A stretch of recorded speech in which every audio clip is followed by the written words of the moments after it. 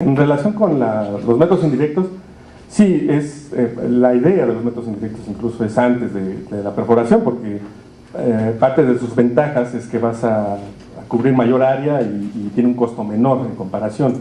Entonces, y definitivamente por eso destacaba sobre la interpretación de esos resultados de los métodos indirectos, sea cual sea.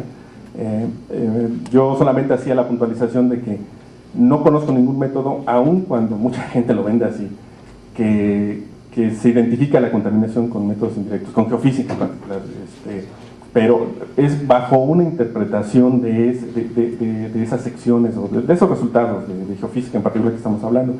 Y sí, es preferible hacerlo antes, por lo que le decía, es una revisión, recopilación de información, un análisis de la misma, tienes dinero para ello, propones una geofísica, 2, 3 líneas, yo que sé, dependerá de la situación, te da más información y ya puedes, tu modelo conceptual estará mejor fundamentado y puedes dar direcciones de muestreo más específicas, ¿no? Entonces, vamos, respondiendo es antes. Perdón, se me fue la otra parte. Sí, pues es un poco lo que comentaba aquí el compañero también, es una forma nada más de discriminar algunos elementos, ¿no? Pero, por ejemplo, en el caso del MTB estaría en el segundo, ¿no? en el segundo tamiz para identificarse, y tendríamos que ver nuevamente, insisto en esa parte, en el sitio en particular que tenemos, y a lo mejor no son peligrosos o mucho, o más riesgosos, en fin, pero sí podría ser lo que tú mencionas, ¿no? Muy bien. ¿Hay alguna otra pregunta en la sala? La doctora Susana Zaval tiene una pregunta, por favor. Pasa el micrófono. Tenemos 2 preguntas por internet. Entonces, vamos a las preguntas por internet primero, por favor. Carlos. Sí, gracias. La primera es de Lady Gómez, de la Secretaría Distrital de Ambiente en Bogotá, en Colombia. Su pregunta es, quisiera saber si hay alguna norma que tenga para límites de VOCs.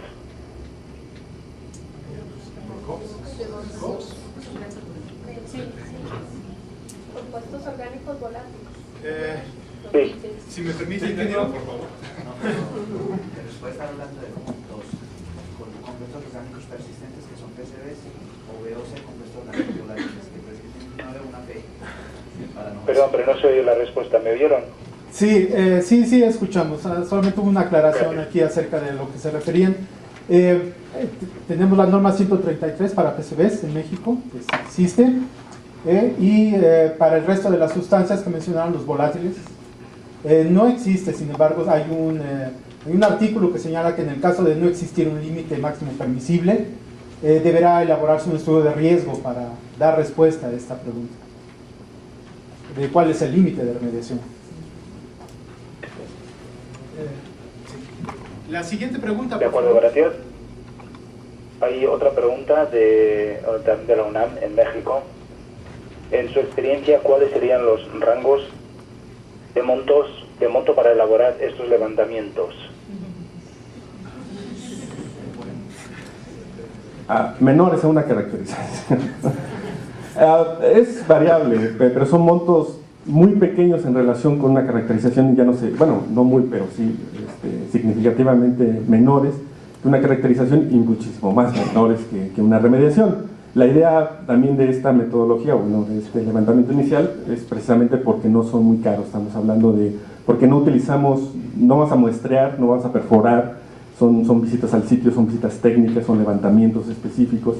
Entonces, dar un rango sería un poco arriesgado, y no por no decirlo, sino que estamos hablando de que mientras un levantamiento de este tipo son de miles de pesos, una caracterización es de millones de pesos. Muy bien. La doctora, por favor. Bueno, ¿sí se escucha?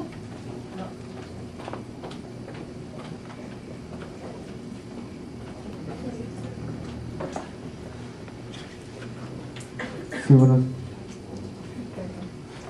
Bueno, más que ser una pregunta, sería un comentario, y la verdad son 2 comentarios. El primero es en cuanto a las entrevistas que se haga a la gente o al personal. Siempre debemos tener en cuenta que si se se platica con la gente que trabaja en el sitio, la primera respuesta a todo lo que se pudo haber hecho va a ser negativa. Realmente nadie nunca comete un error humano y nunca hay derrames. Pero por lo general, en el momento que uno empieza a perforar y a descubrir lo que hay en el suelo y subsuelo, es cuando salen las verdades. Entonces, la recomendación sería que para quien no ha hecho esto antes, en el momento que pretenda utilizar las entrevistas como un medio fidedigno de información, tenga mucho cuidado, porque eso no va a suceder. No va a ser claro, ¿sí? Y si se entrevista a los pobladores, entonces es la actitud contraria, ¿sí? Toda la culpa va a ser de la empresa, el problema de contaminación hasta de lo que no es, va a ser de ellos. Entonces se debe tener mucho cuidado con el manejo de esa información, ¿sí? Ahora bien, por el lado del levantamiento técnico del sitio, que usted refería 1 mes y medio, es cierto que se tarda mucho esto, pero creo que esto se puede hacer de manera muy idealista, así como está planteado, en aquellos proyectos que tienen tiempo, vamos a decir, si no indefinido, si tienen límites de tiempo o de vigencia, de plazo de ejecución, que sean unos 6 meses aproximadamente. Porque bajo la situación actual, donde le piden a uno una caracterización en 3 meses, entregando resultados y propuesta de remediación, esto formaría parte del informe, pero no podría tan fácilmente utilizarse la información que se obtenga como para poder planear el muestreo. Y entonces el muestreo tiene que programarse de otra manera muy diferente, ¿sí? Y aprovecho que tengo el micrófono para mencionar y felicitarlo, porque es al primer ingeniero geólogo, que fue geólogo, ¿verdad?, que escucho que diga que la geofísica solamente sirve para identificar los materiales, ¿sí? A mí me han llegado una cantidad bien considerable de informes donde utilizan la geofísica para incluso a medidas de resistividad asignarle concentraciones de hidrocarburos. Eso no es posible, ¿sí? Entonces, qué bueno que lo dijo usted siendo geólogo, y ojalá así lo pueda difundir al momento de sus pláticas y sus participaciones en todos lados. Gracias. Gracias a usted. Sí, es que así es. Muy bien, seguimos con otra pregunta. Ingeniero, por favor, acá adelante. Si gusta tomar el micrófono. Gracias, sí. Quería agregar el comentario de que adicional a estos etapas preliminares que pueden soportar previo a la caracterización, y también por el comentario de la selección de las sustancias, ¿no?, de interés, este estudio o este modelo podría ser soportado por una evaluación ambiental de sitio fase 1, también que está normado por ASTM, y que podrían muy bien complementar la parte de identificación de sustancias, de actividades previas, de usos anteriores del sitio, y que podrían reducir precisamente la cantidad de muestras y de compuestos a analizar, ¿no?, y por ende el costo. El tiempo que se podrían llevar, no sé, aventurándome, podría ser de un rango, no sé, 2-3 semanas a 1 mes, mes y medio, y podría dar mucha información junto con el modelo previo a hacer cualquier actividad intensiva. Sí, de hecho mencionaba por ahí la 1527, que es precisamente esa fase 1 de la CTM. No iba a dar la CTM, ¿no? Y sobre todo por lo que mencionaba, al menos en México, yo creo que en otros países de Latinoamérica también, la dificultad de obtener información, de buena información, de información dura, relacionada con el gobierno, ¿no? Entonces eso se dificulta mucho aquí, y no se pudiera aplicar directamente la CTM, que de alguna manera sí lo establece, ¿no? Pero sí, finalmente es una metodología muy buena, establecida, y que así se debe hacer incluso, ¿no? Hay muchos clientes de Estados Unidos que vienen a poner sus plantas aquí y te exigen que hagas que apliques la CTM, ¿no?, la 1527. Pues la haces porque dentro de sus políticas ambientales está que lo hagan de esa manera.